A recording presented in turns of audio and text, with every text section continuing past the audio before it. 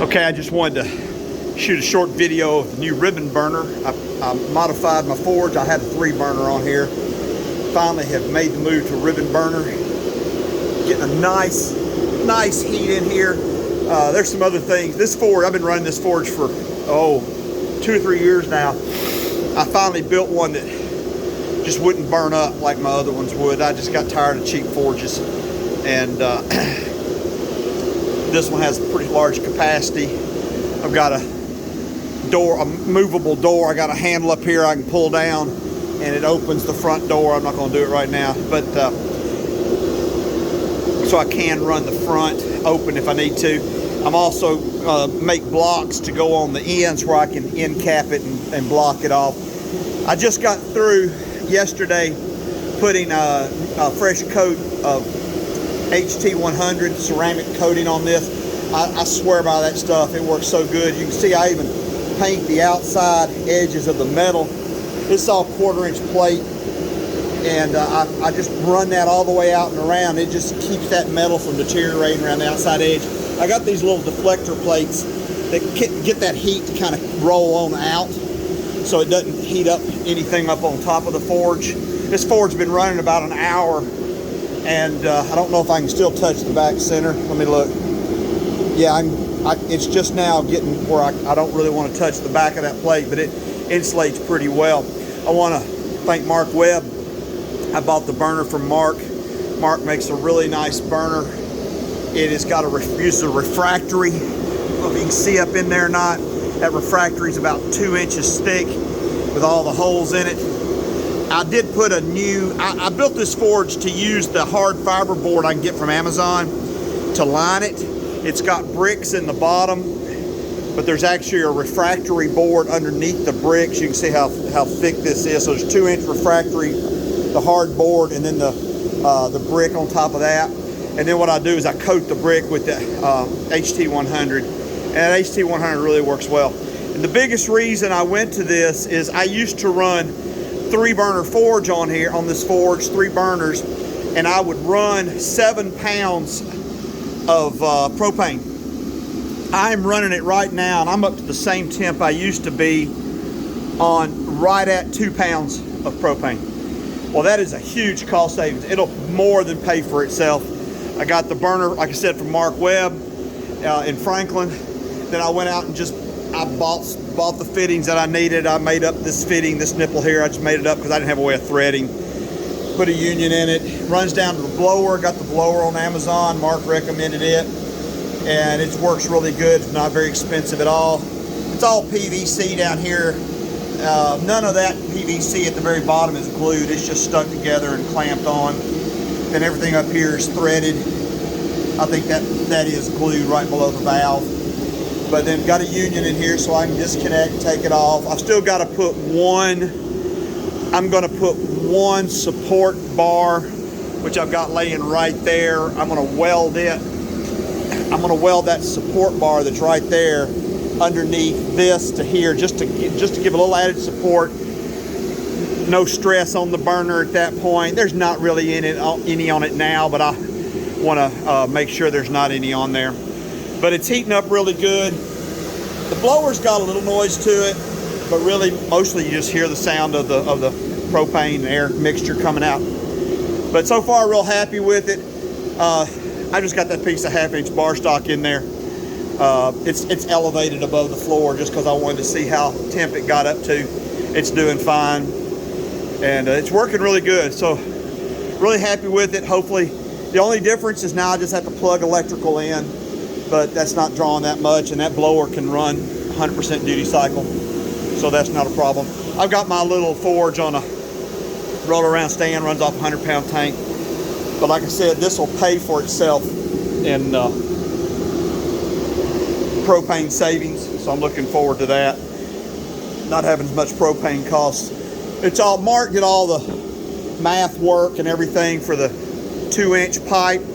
I really liked his recommendations on how things worked. Just as an FYI, the gas, I actually just cannibalized one of my fittings off of my 3-burner forges, and then I had to make my own Venturi which is in line with that. What I did, let's see if I can point it out to you. And this little part right here, I actually just took that out and I filled it with silver solder, 45% silver solder, and I drilled a 1/16 inch hole in it. This was kind of a crapshoot, which size Venturi, but I used to have 3 burners up here, and each one of those, I'm not sure what size Venturi in it, but I know I know they were combined, they were bigger than 1/16 of an inch. So that, you just reduce your propane down a lot having the forced air behind it. But I just made that Venturi. Like I said, I set it on a brick, like a fire brick. I heated it up with my torch. Just used a flux covered silver solder, filled it up, let it set up, drilled a 1/16 inch hole through it, cleaned it up. And so far, I think it's working pretty good. I'm getting a pretty clean flame. It's hard to tell from this camera, but they're pretty sharp. And Mark told me that as the refractory completely cures, which it was cured, but not until you put heat through it does it really cure out. Those will probably clean up a little bit more as that refractory cleans up. But anyway, just a short little tour. Like I said, what came with the kit from Mark was basically the burner itself.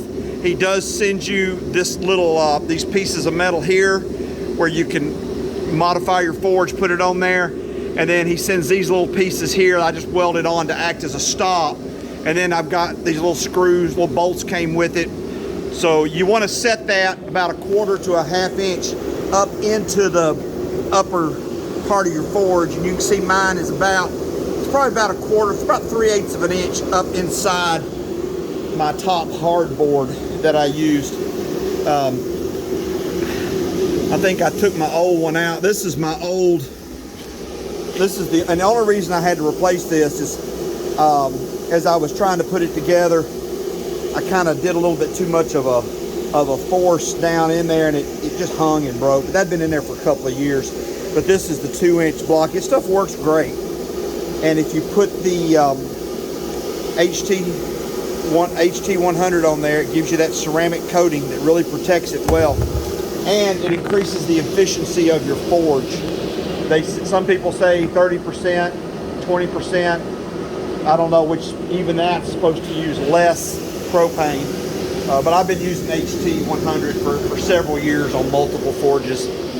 Like I said, I just built this forge where the whole top comes off. I can unbolt it. I can slip everything out, take it all apart, replace all the components.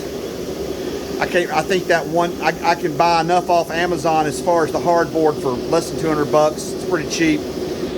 In between the hardboard at the top, and I don't know what you call that stuff, but anyway, I call it the hardboard, the high temp board. I use a wool, high temp wool, just as a underneath there, just to act as a takes up any gaps, because there was a slight gap between the top of the fiberboard and that, and I just put that in there to seal it up more. I am going to take some high temp caulk and just caulk around the burner. You got a little wisp of smoke coming out there, so I know there's a little heat escaping. So I'm going to seal that up with some high temp caulk, because that probably doesn't get it doesn't get red, so I know it's not getting 800 degrees. So I'll get some 1200 degree caulk and just seal that up. Keep all the temp. And I have a block I can put in here to block this in, but I'm thinking about making a door or some kind of panel that slides across there when I want to block it off. I do a lot of balusters and things that are long. I stick a lot of stuff in there long-wise all the way through, so that's why I have it done like that. I also made I'll show it over here. I made a spacer block. This is that board that I'm talking about. And I made this block, and I've got the HT100 on it, but I haven't cured it yet. It's going to sit right against the front door there, which is going to lessen the volume in there, which is good for most of my stuff.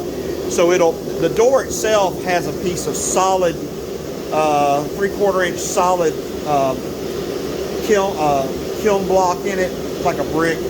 but it's only, well, there's a piece of it right there. But it's got a solid piece of that I cut to put in that door. That stuff was tough.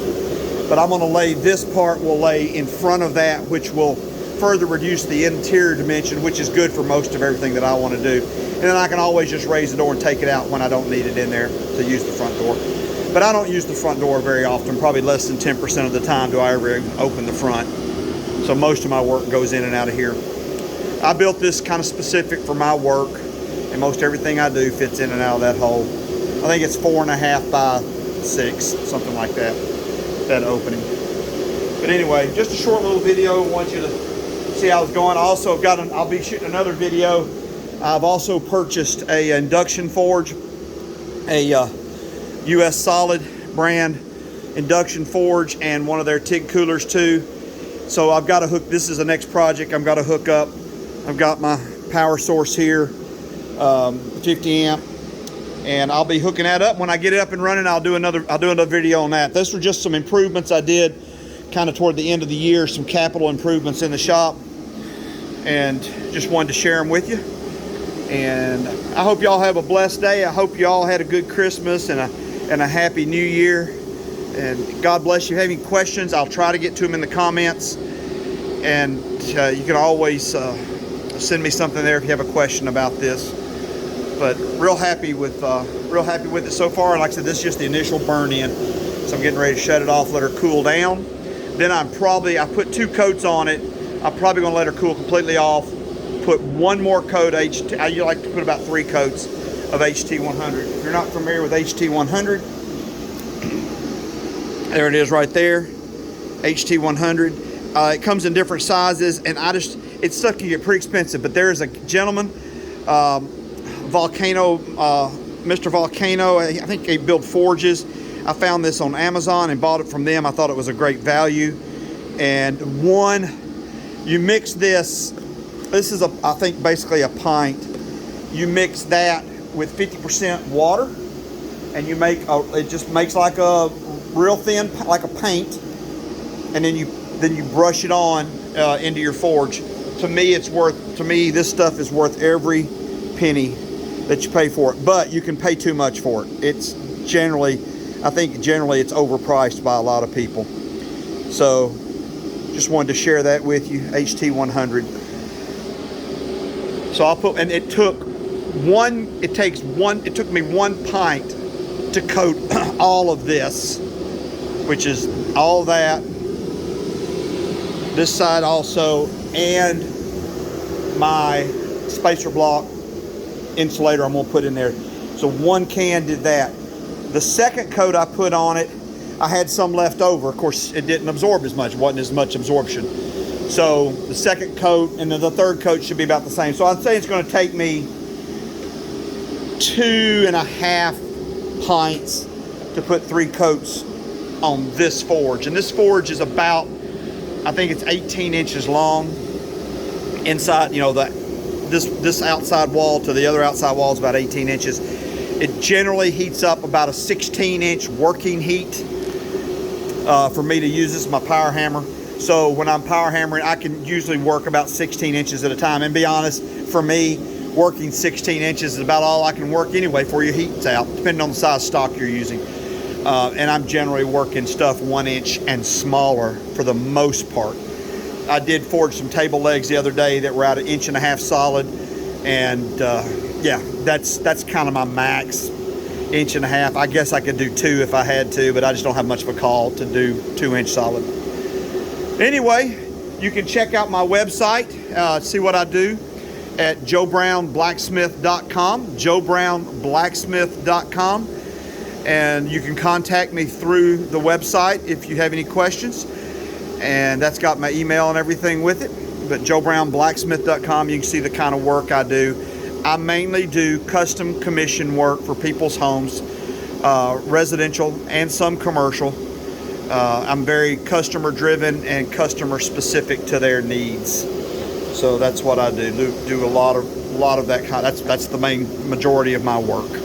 I also do some repair work for people that need things welded up, repairs made to equipment. Sometimes small parts, people bring them in, but you can see all that on my website. Well, y'all have a blessed day. God bless you, and I hope 2023 is a great year for you. Take care. Bye.